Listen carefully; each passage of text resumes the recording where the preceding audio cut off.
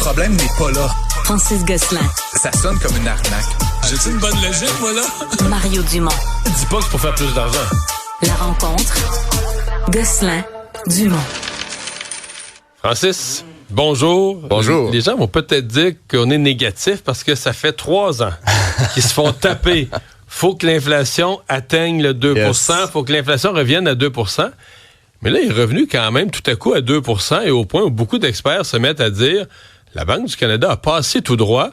Et l'inflation pourrait descendre. On a tellement monté les taux tellement longtemps que l'inflation pourrait descendre trop bas. Et c'est inquiétant, Mario. Toi, ça t'inquiète? Moi, oui? ça m'inquiète, honnêtement. Puis, tu sais, je suis le premier ravi. Là, ça signale des baisses de taux. Les gens vont dire, on peut jamais avoir une bonne nouvelle à célébrer. Puis, tu sais, je suis un optimiste là, dans la vie. Oui. Fait que je suis un peu prophète de malheur par rapport à ça. Mais oui, la baisse qu'on a observée, là, qui a été annoncée par Statistique Canada hier, on est passé de juillet à juillet à août. Là, tu sais, c'est toujours sur une année, de 2,5 à 2 %. C'est une très forte diminution du taux d'inflation. Et non seulement ça, mais quand tu décortiques, Mario, il y a le prix de plein de choses qui a baissé, là, mais des choses là, comme les vêtements, des éléments de nourriture, l'essence et tout ça. Et la seule chose qui maintient l'inflation un peu haute, c'est l'augmentation, c'est le logement, et notamment les frais hypothécaires. Mais là, tu comprends que Mario, c'est un serpent qui se mord la queue. Ça, c'est poussé par les taux d'intérêt eux-mêmes. Oui, qui ont été augmentés maintenant il y a plus de 12 mois, là, tu comprends? Donc là, finalement, ce qu'on va observer dans les prochains mois, à mesure qu'on considère donc les chiffres actualisés. C'est une quasi-déflation dans certains... C'est une quasi-déflation. Puis quand, là, on est passé de, je pense, 32 % d'augmentation des frais hypothécaires à juste 18 % d'augmentation, ce qui est une très forte augmentation. Mais parce que les gens renouvellent des taux qui étaient à 2,5 à 4,5, mettons, en ce moment. Mais là, plus on va avancer, plus les gens vont renouveler à des taux qui ressemblent à ce qu'ils ont eu il y a 1 an puis 2 ans.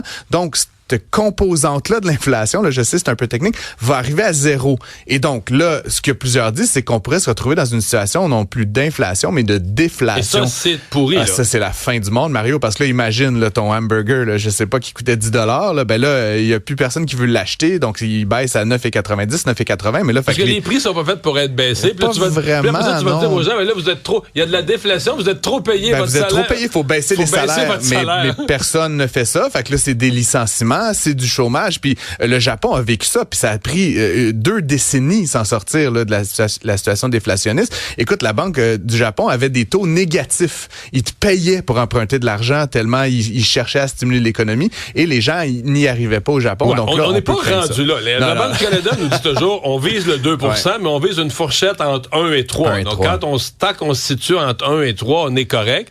Mais ça soulève vraiment la question, est-ce que la Banque du Canada a attendu trop longtemps? C'est l'avis avant de commencer à baisser les taux. C'est l'avis de plusieurs économistes, et là, même des voix, disons, plus publiques, là, Gérald Filion, collègue à Radio-Canada, le sénateur Clément Gignac, hier, qui ont fait des sorties, là, carrément, pour dire la Banque du Canada doit baisser son taux d'1 demi-point en octobre, parce que là, il est beaucoup trop élevé par rapport à l'inflation qu'on constate, puis comme on l'a dit, on voudrait pas que l'inflation se retrouve à 1,5, à 1, à 0,8, puis se rapprocher trop proche de 0. Ça devient un territoire dangereux. Puis pendant ce temps-là, on fait souffrir inutilement l'économie, là, soit dit en passant. Moi, les ménages, les entreprises payent beaucoup trop cher leurs emprunts. Ça ne crée pas d'emploi, ça ne crée pas de croissance. Donc, il faut que la banque réagisse. En tout cas, c'est l'avis de plusieurs de ses experts. C'est un débat depuis l'après-pandémie là, qui a cours dans les gouvernements comme dans les entreprises privées. À quel rythme et comment on rappelle nos employés au bureau. Le télétravail est devenu très à la mode.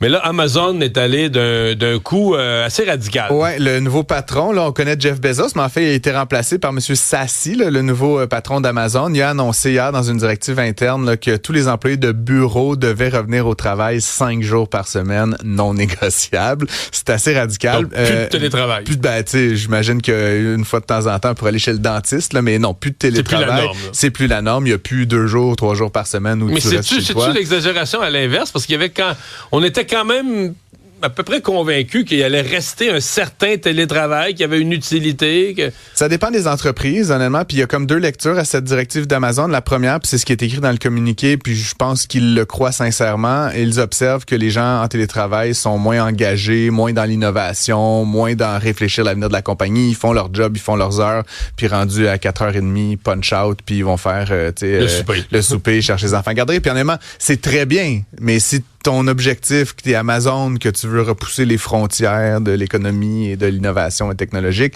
malheureusement, c'est un peu incompatible avec la conciliation travail-famille. Puis là, encore une fois, vaste débat qui excède largement celui d'Amazon ou du télétravail.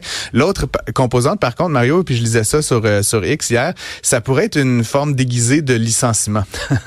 Il y a beaucoup de gens qui étaient pas contents chez Amazon. Il y a même quelqu'un qui a lancé une protestation. Là. Il est sorti dans la rue, il y a quelques collègues, ils ont viré la personne, d'ailleurs, dans la journée. Mais donc, mettons qu'il y avait 1000 démissions, il serait peut-être pas si fâché que ça. Non, c'est une façon de faire des mises à pied. Exactement, des mises à pied. Puis la théorie veut, là, selon, encore une fois, ce qui était écrit sur X, que ce sont ces gens-là qui ne veulent pas revenir au travail, qui étaient peut-être les moins performants, les moins engagés, les moins motivés. Fait que, bon débarras. Encore une fois, j'endosse pas pleinement à ça, mais c'est une thèse là que Amazon voudrait un peu dégraisser. Ils ont dit d'ailleurs qu'ils voulaient couper dans le middle management, donc ça pourrait être une façon de faire ça sans devoir annoncer des plans sociaux puis payer des indemnités de départ. Dans les choses à surveiller, 14h cet après-midi aux États-Unis.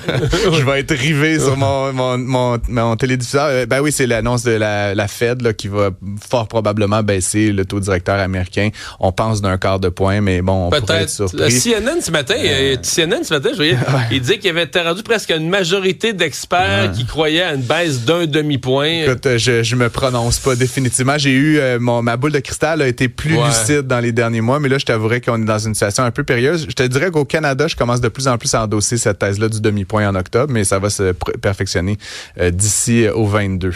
On va suivre ça. Merci Francis, on s'en parlera demain. Yeah.